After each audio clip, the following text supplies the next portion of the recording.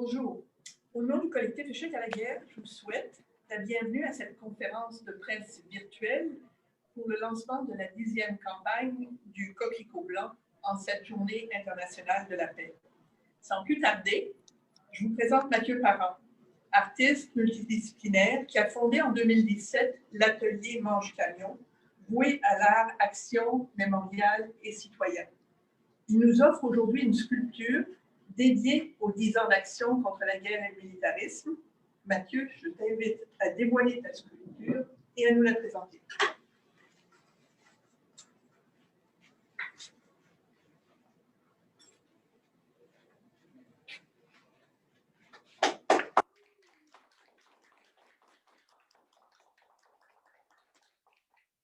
Merci au collectif Échec à la guerre de m'avoir accueilli pour cette résidence.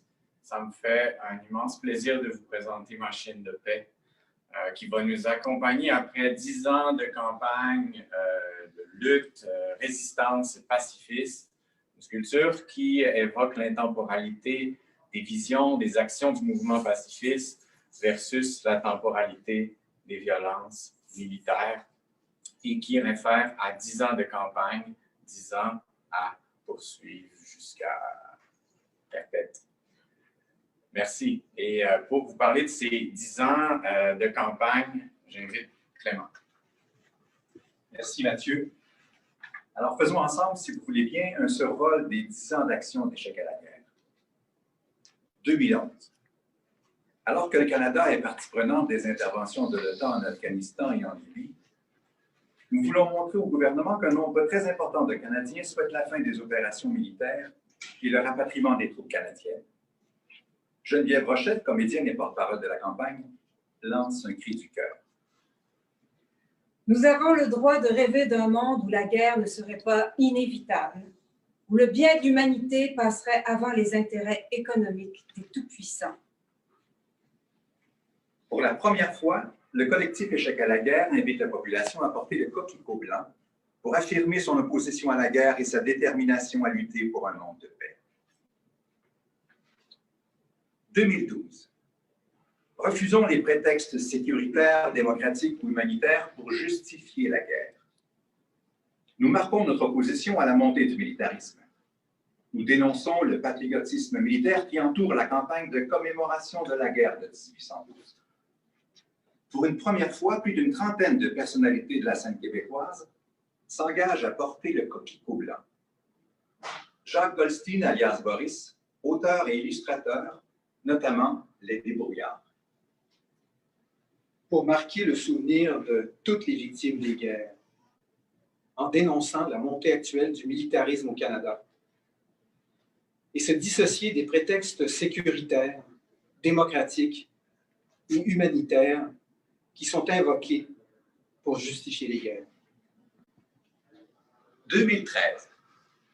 Nous dénonçons l'appui du premier ministre Stephen Harper aux menaces de bombardements états-uniens et français contre la Syrie. Les politiques militaristes ainsi que l'augmentation vertigineuse des dépenses militaires du gouvernement du Canada sont au cœur de la campagne. Ariane Aymon, journaliste indépendante, animatrice et auteure.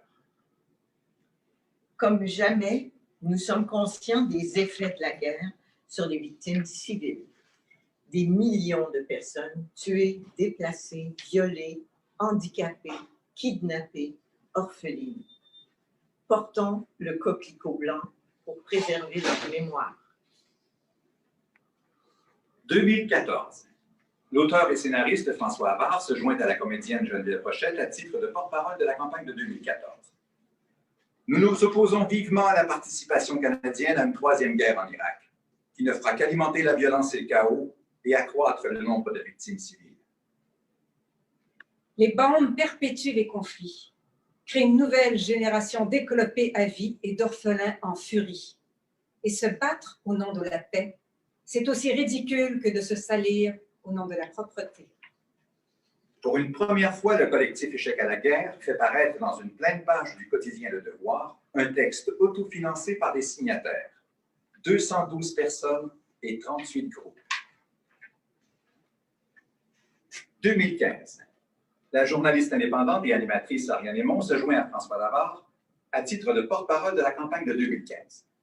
Le 21 septembre de la même année, dans le cadre de la Journée internationale de la paix, 94 personnalités publiques du Québec signent une lettre ouverte dans l'édition en ligne du Journal de Montréal et du Journal de Québec qui souligne le bilan désastreux du Canada au chapitre de la promotion de la paix.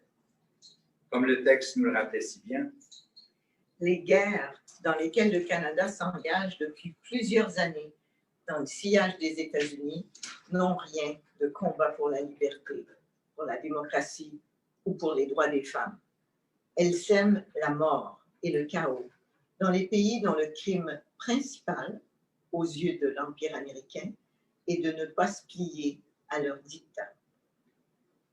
Plus de 125 personnes et organisations signent une déclaration et s'engagent à porter le coquelicot blanc pour dénoncer l'engagement du Canada à participer aux guerres de domination aux côtés des États-Unis, en Afghanistan, en Libye et maintenant en Irak et en Syrie. 2016. Non à la participation du Canada à l'escalade qui est en cours en Syrie. Le 21 septembre, dans une lettre ouverte qui a pour titre « Le Canada, défenseur de la paix, vraiment ?» 60 organisations et personnalités publiques qui dénoncent le fait que le Canada alimente honteusement la guerre au Yémen et se fasse complice de l'une des pires crises humanitaires qui sévit actuellement dans le monde. Martin Ford, ex-militaire, journaliste indépendant et auteur de l'Afghanicide. Il est illusoire de faire la promotion de missions de paix sans s'opposer aux missions offensives menées au sein de l'OTAN. Il est tout aussi vain de prôner la paix sans dénoncer la participation du Canada au commerce mondial des armements et sans exiger maintenant un débat public sur sa nouvelle politique de défense. Le 5 novembre, 47 organisations et 196 personnes endossent une déclaration appelant la population à porter le coquelicot blanc.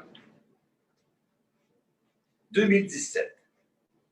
La nouvelle politique de défense du Canada prévoit une augmentation du budget militaire de 70% en 10 ans.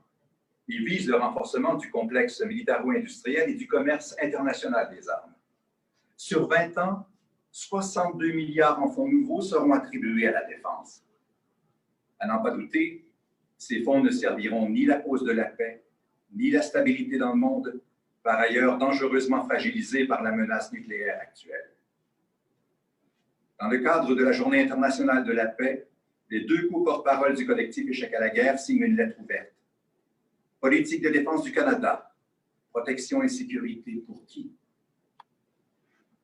Rappelons-nous que l'achat d'armes sophistiquées et meurtrières n'est pas une garantie de sécurité, telle que l'OTAN le prétend, mais plutôt le présage de guerres à venir, entraînant encore plus de destruction et de mort. 2018.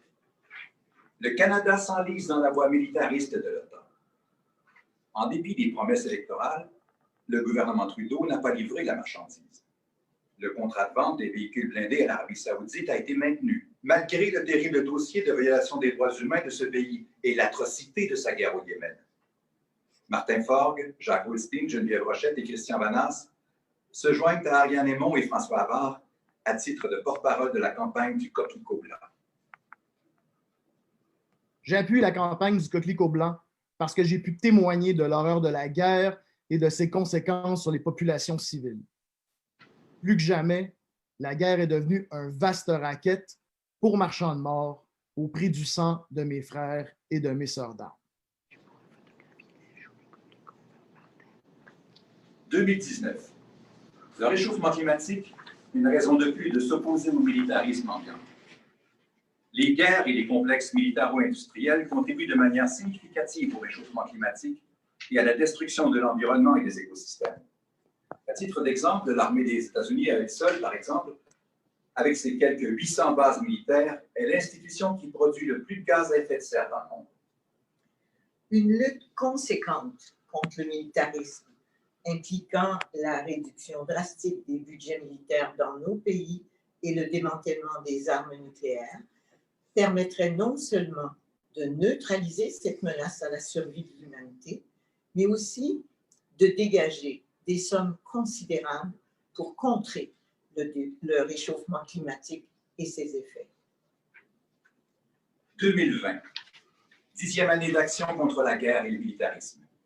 Cette année, en 2020, nous lançons la 10e campagne annuelle du Coquelicot blanc, car nous nous devons malheureusement de constater que le danger est plus présent que jamais. Et nous ne parlons pas ici de la COVID.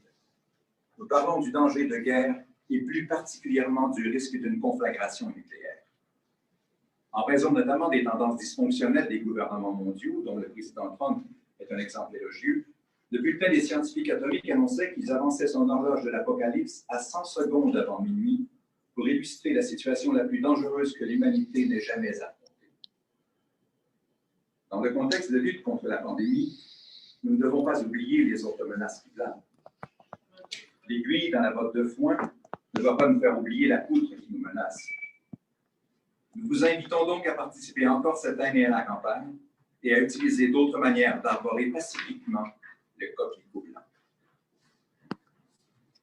Avoir du respect pour les gens qui sont tombés, c'est se souvenir d'eux et faire en sorte qu'il n'y ait plus de guerre sur la Terre. Pour moi, le coquelicot blanc, c'est comme le genou à terre de Colin Kaepernick pendant l'hymne national de la NFL. Une manière simple, pacifique et respectueuse d'honorer les victimes. Alors, avant de terminer, je tiens à remercier chaleureusement Clément Schreiber qui nous a accompagnés pour vous présenter ce projet militant et qui est militant pacifiste, les marraines et les parents, Ariane Aymon, Martin Ford, Jacques Goldstein, Geneviève Rochette et Christian Vanas, Mathieu Parent, notre artiste en résidence pour sa contribution, le Centre Saint-Pierre pour nous avoir accueillis, ainsi que la sculpture de Mathieu qui sera exposée jusqu'à la fin de la campagne, toutes les personnes qui rendent la campagne du coquelicot possible chaque année, et surtout, je dirais, à tous ceux et celles qui posent des gestes pour mettre fin à ces fléaux que sont les guerres et le militarisme. Donc à vous tous et toutes, merci. J'en profite pour vous dire que si vous avez trouvé le survol historique que nous venons de vous présenter des 9 dernières années intéressant, vous trouverez l'historique complet sur le site du collectif et nous produirons dans les semaines à venir un recueil intitulé « 10 ans d'action contre la guerre et le militarisme, faits saillants des campagnes du coquelicot blanc ». Comme Clément vient de le dire, malgré le contexte inusité de la pandémie, nous ne mettrons pas en veilleuse la campagne du coquelicot blanc, mais nous vous proposerons plus de manières d'arborer le coquelicot. D'abord, cette semaine, nous allons diffuser une lettre signée par les parrains et les marraines de la campagne sous le titre « Minuit, moins 100 secondes ». Il sera évidemment encore possible de se procurer des coquelicots blancs dans certains points de dépôt et en ligne. Toutefois, comme les occasions de le porter en public seront limitées, nous vous proposons cette année de le porter lors des réunions virtuelles et vos conversations en ligne. À cette fin, nous rendrons disponibles 2 affiches que vous pourrez imprimer chez vous. Une que vous pourrez afficher, par exemple, dans votre fenêtre ou derrière vous pour qu'elle soit captée par votre caméra pendant vos réunions virtuelles et aussi sur les sites des organisations qui appuient la campagne. Nous vous proposerons aussi « Je m'affiche contre la guerre et le militarisme », un fichier à télécharger qui permettra à chaque personne d'insérer sa photo et d'ajouter quelques mots pour compléter la phrase « Je porte le coquelicot blanc parce que ».